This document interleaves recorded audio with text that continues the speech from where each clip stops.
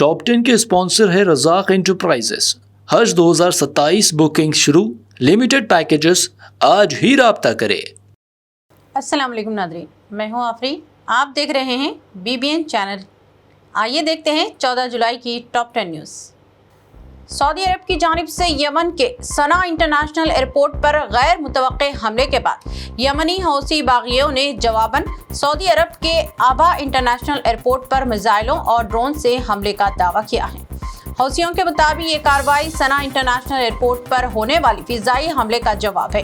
وہیں سعودی فضائی دفاع نے متعدد میزائل تباہ کرنے کا دعویٰ بھی کیا ہے، جبکہ کسی جانی نقصان کی اطلاع نہیں ملی ہے۔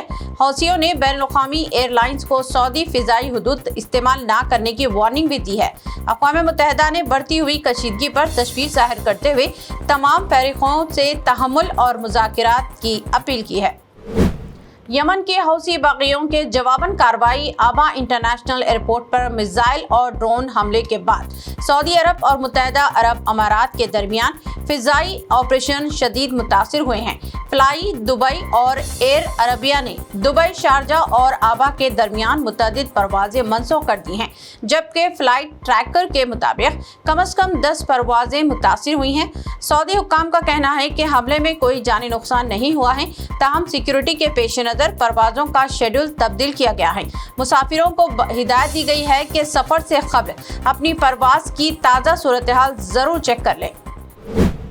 امریکہ اور ایران کے درمیان لفظی جنگ اور کشیدگی میں ایک بار پھر شدید اضافہ۔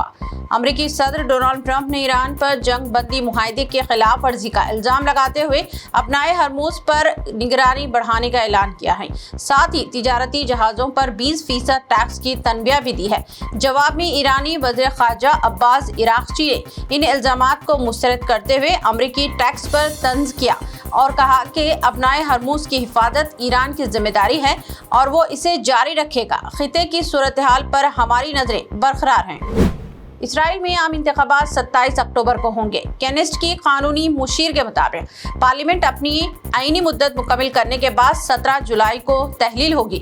اگر انتخابات مقررہ شیڈول کے مطابق ہوئے تو 1988 کے بعد پہلی بار اسرائیل میں پارلیمنٹ اپنی مدت پوری کرے گی۔ ان انتخابات میں وزیر اعظم بنجامن نتن یاہو کی سیاسی قسمت کا فیصلہ عوام کے ووٹ سے ہوگا، جس پر دنیا کی نظریں مرکوز ہیں۔ شیخ حسینہ کی واپسی پر بنگلہ دیشی عدالت کا سخت موقف۔ بنگلہ دیش کی سابق وزیر اعظم شیخ حسینہ نے دسمبر تک وطن واپس آ کر عدالت میں پیش ہونے کا اعلان کیا ہے، تاہم انٹرنیشنل کرائمز ٹریبونل نے واضح کیا کہ اگر وہ ملک واپس آئیں تو انہیں سیدھا جیل بھیجا جائے گا، کیونکہ انہیں پہلے ہی انسانیت کے خلاف جرائم کے مقدمے میں سزا سنائی جا چکی ہے۔ چیف پروسیکیوٹر نے کہا کہ اگر شیخ حسینہ واپس آنا چاہتی ہیں تو دسمبر کا انتظار کرنے کے بجائے آج بھی آ سکتی ہیں۔ قانون ہر صورت میں اپنا راستہ اختیار کرے گا۔ بھوج شالہ کیس میں سپریم کورٹ کا اہم فیصلہ۔ بھارت کی سپریم کورٹ نے بھوج شالہ معاملے میں عبوری فیصلہ سناتے ہوئے مسلمانوں کو مخصوص وقت میں نماز ادا کرنے کی اجازت دے دی ہے۔ عدالت نے ریاستی حکومت کو ہدایت دی ہے کہ نماز کے لیے مناسب کھلی جگہ فراہم کی جائے، جبکہ دونوں فریق ایک دوسرے کی مذہبی سرگرمیوں میں مداخلت نہیں کریں گے۔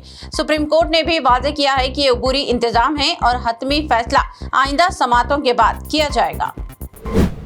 عام آدمی پارٹی کے سربراہ اروند کیجریوال نے E20 پیٹرول کے خلاف آن لائن دستخطی مہم شروع کر دی ہے۔ ان کا کہنا ہے کہ حکومت نے مناسب تیاری کے بغیر E20 پیٹرول نافذ کیا، جس سے متعدد گاڑی مالکان مائلیج میں کمی اور گاڑیوں کی دیکھ بھال کے بڑھتے ہوئے اخراجات کی شکایت کر رہے ہیں۔ کیجریوال نے مطالبہ کیا کہ عوام کو عام پیٹرول E10 اور E20 میں سے اپنی ضرورت کے مطابق ایندھن منتخب کرنے کی آزادی دی جائے اور E20 پیٹرول کی قیمت بھی اس کی کارکردگی کے مطابق مقرر کی جائے۔ دوسری جانب مرکزی حکومت ایتھنول ملاوٹ والے ایندھن کے استعمال کو فروغ دینے کی اپنی پالیسی پر قائم ہے۔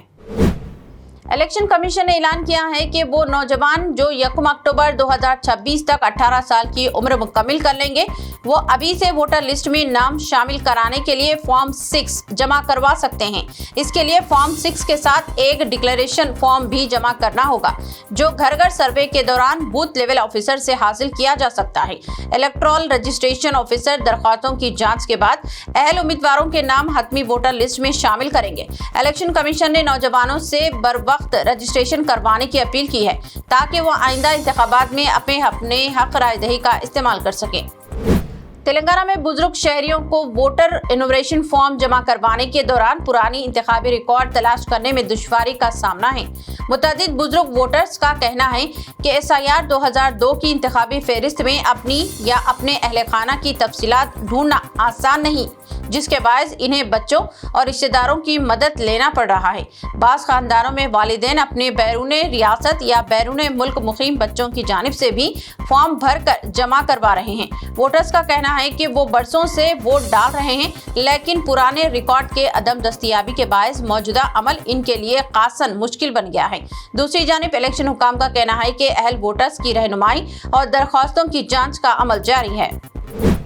حیدرآباد کے میڈچل پولیس نے منشیات کے خلاف کارروائی کرتے ہوئے ایک نوجوان کو اڈیشہ سے لائی گئی چرس فروخت کرنے کے الزام میں گرفتار کر لیا ہے۔ گرفتار ملزم کی شناخت آلوک سرکار کے نام پر ہوئی ہے، جو اڈیشہ کے رہائشی ہے اور کرسٹاپور میں ایک نجی کمپنی میں ملازمت کرتا تھا۔ پولیس کے مطابق ملزم کے قبضے سے تقریباً 2 کلو گرام چرس، جس کی مالیت 1 لاکھ روپے بتائی جا رہی ہے، اور ایک موبائل فون برآمد کیا گیا ہے۔ ابتدائی تفتیش میں ملزم نے انکشاف کیا کہ چرس اس کا ساتھی سہیل اڈیشہ سے منگوا تھا۔ پولیس کے مطابق سہیل مفرور ہے اور اس کی گرفتاری کے لیے تلاشی جاری ہے، جبکہ اس منشیات کے نیٹ ورک کے دیگر افراد کی بھی تحقیقات جاری ہے۔ یہ تھی آج دن بھر کی BBN ٹاپ 10 نیوز۔ مزید تازہ ترین نیوز اپڈیٹس اور دلچسپ پروگرام کے لیے دیکھتے رہیں BBN چینل۔